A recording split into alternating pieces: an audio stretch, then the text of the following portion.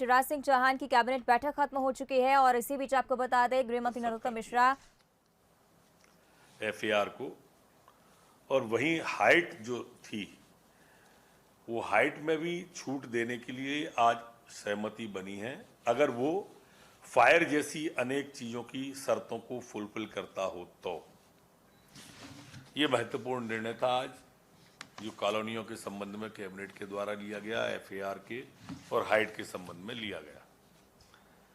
इसी तरह से आज राजस्व विभाग का जो भू अर्जन पुनर्वास पुनर्व्यवस्थापन में का था उचित प्रतिकार पारदर्शिता अधिकार 2013, उसका भी आपसी सहमति से भूमि क्रय नीति का आज संशोधन आया है।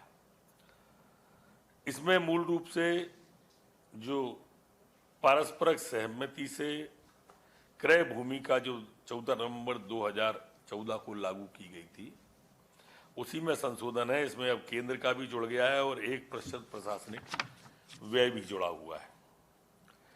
इसी तरह से भोपाल में एक लंबे समय से जो वन भवन पड़ा हुआ है, उसकी 158.70 करोड़ की पुनरीक्षित प्रकाश की स्वीकृति दी है।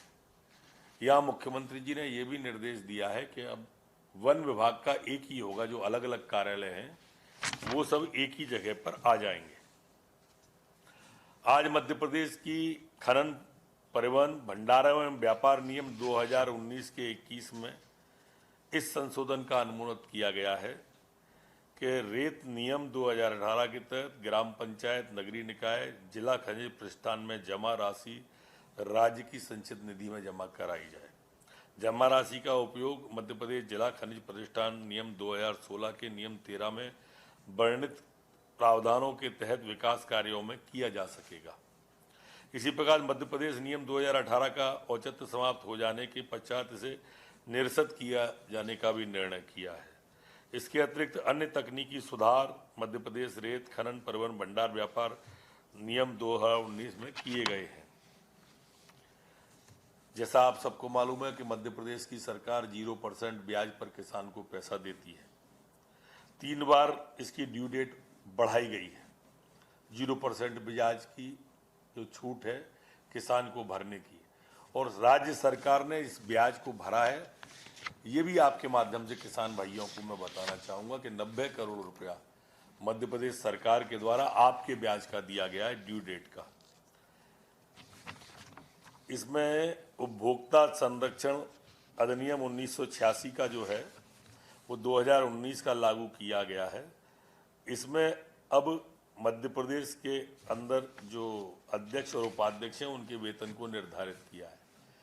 एक बहुत महत्वपूर्ण बात यह है कि आज जो एनीमिया की शिकायत हमें प्रदेश के अंदर बच्चों के अंदर, महिलाओं के अंदर मिलती है, उन तत्वों की कमी को पूरा करने के लिए अब प्रदेश में पायलट प्रोजेक्ट के तहत सिंगरौली जिले को हमने चयन किया है, जिसमें चायरन को आयरन, फॉस्फोरिक एसिड एवं विटामिन B12 को फोर्टिफिकेशन करके एमेनिया और कुपोषण जैसी गंभीर बीमारी समस्याओं के निदान के लिए इस तरह का चावल बनाया जा रहा है जो फोर्टिफाइड होगा और यहाँ पर 1 रुपया किलो की दर से वो दिया जाएगा।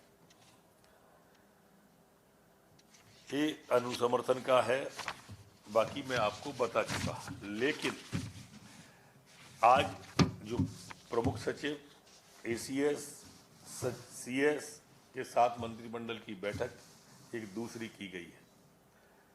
माननीय मुख्यमंत्री जी ने अपने अनुमोदन में कहा कि हमने पिछला 3 माह या यूँ कहें कि 1 साल कोरोना में निकाला है, इसलिए अब हमको ज़्यादा तैयारी के साथ में ताकत लगानी होगी। हमारा आत्मनिर्भर मध्य प्रदेश का रोड मैप पहले से तैयार है। इसका जो समय सीमा थी उसे अब समय सीमा में पूरा करना है। हर सप्ताह में मंत्रीगण प्रत्येक सप्ताह साप्ताहिक रोड मैप बनाएंगे, मासिक बनाएंगे और त्रैमासिक बनाएंगे, और इस रोड मैप की समीक्षा प्रत्येक सोमवार को सम्मानित मंत्री, उनके ACS, PS इस काम को देखेंगे। अंतर विभागीय मामले हैं, उन विभागों के मामले को माननीय मुख्यमंत्री जी के सामने सोमवार को वो रखेंगे। गुणवत्ता कि काम अगर हुए हैं तो उनके भुगतान में विलंब न हो, इस बात को भी देखने का आज माननीय मुख्यमंत्री जी ने कहा है। जन कल्याण कार्यक्रम जो सरकार के चलते हैं, इन जन कल्याण के कार्यक्रमों में पारदर्शिता बनी रहे और किसी भी प्रकार की दिक्कत नहीं आना चाहिए आमजन को, ऐसा सख्त निर्देश माननीय मुख्यमंत्री ने दिया। उन्होंने कहा है कि आक्रमण और निकम्मापन किसी कीमत पर बर्दाश्त नहीं किया जाएगा। नवाचार के मामले जो समीक्षाओं में आए हैं, विभागीय जो समूह बने हैं मंत्रियों के, उसको भी देखना है। एक अन्य बैठक में जो लॉ एंड ऑर्डर की थी, उसमें मुख्यमंत्री जी ने काफ़ी कठोर एवं काफ़ी व्यथित भी हुए। जो मामले आ रहे हैं बच्चियों के साथ वाले, वो व्यथित करने वाले हैं। ऐसी घटनाएं हैरान करने वाली हैं, परेशान करने वाली हैं। और उन्होंने कहा है कि परिवार के भी करें तो भी हमें किसी कीमत पर कोताही और विनम्रता नहीं है। पूरी तरह से ऐसे जो पिशाच हैं उन पर सख्ती से पेश आना है। अकेला गिरफ्तार करना ही सॉल्यूशन नहीं है, बाकी के जो अन्य कार्रवाई हैं जैसी देवास जिले में की गई है उस तरह की कार्रवाई करें। कार्रवाई ऐसी हो कि उदाहरण बन जाए, उदाहरण ऐसा हो कि लोग सबक लें, लोग ऐसी पुनरावृत्ति करने में डरें। मध्य प्रदेश के किसी भी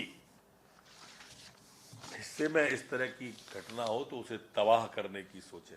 अपराधियों पर खौफ होना चाहिए, स्पष्ट रूप से कहा, और अपराध को कुचलने की मानसिकता कलेक्टर और एसपी की दोनों की हो। बैठक में कलेक्टर, एसपी, पूरे प्रदेश के आईजी ये सब जुड़े थे और उन्होंने कहा है कि कार्रवाइयाँ तत्परता से हों जो उदाहरण बन जाएं। एक अन्य विषय पर उन्होंने कहा कि हमारा पक्ष, पुलिस का पक्ष, सोशल मीडिया के माध्यम से भी जाना चाहिए। हर जिले में सोशल मीडिया को एक्टिव करना है जिससे हमारा सही पक्ष जाए और तत्काल जाए। कोई भ्रम पैदा हो उसके पहले हमारा सोशल मीडिया के माध्यम से हमारी कार्रवाई तुरंत जाना चाहिए। हमारे वायरल वीडियो हों, तत्काल हों, और अगर कोई बड़ी घटना है तो पीएचक्यू को भी प्रेस कॉन्फ्रेंस करना है और सभी जिले के अधिकारी जनसंपर्क विभाग को भी तत्काल सूचना देंगे।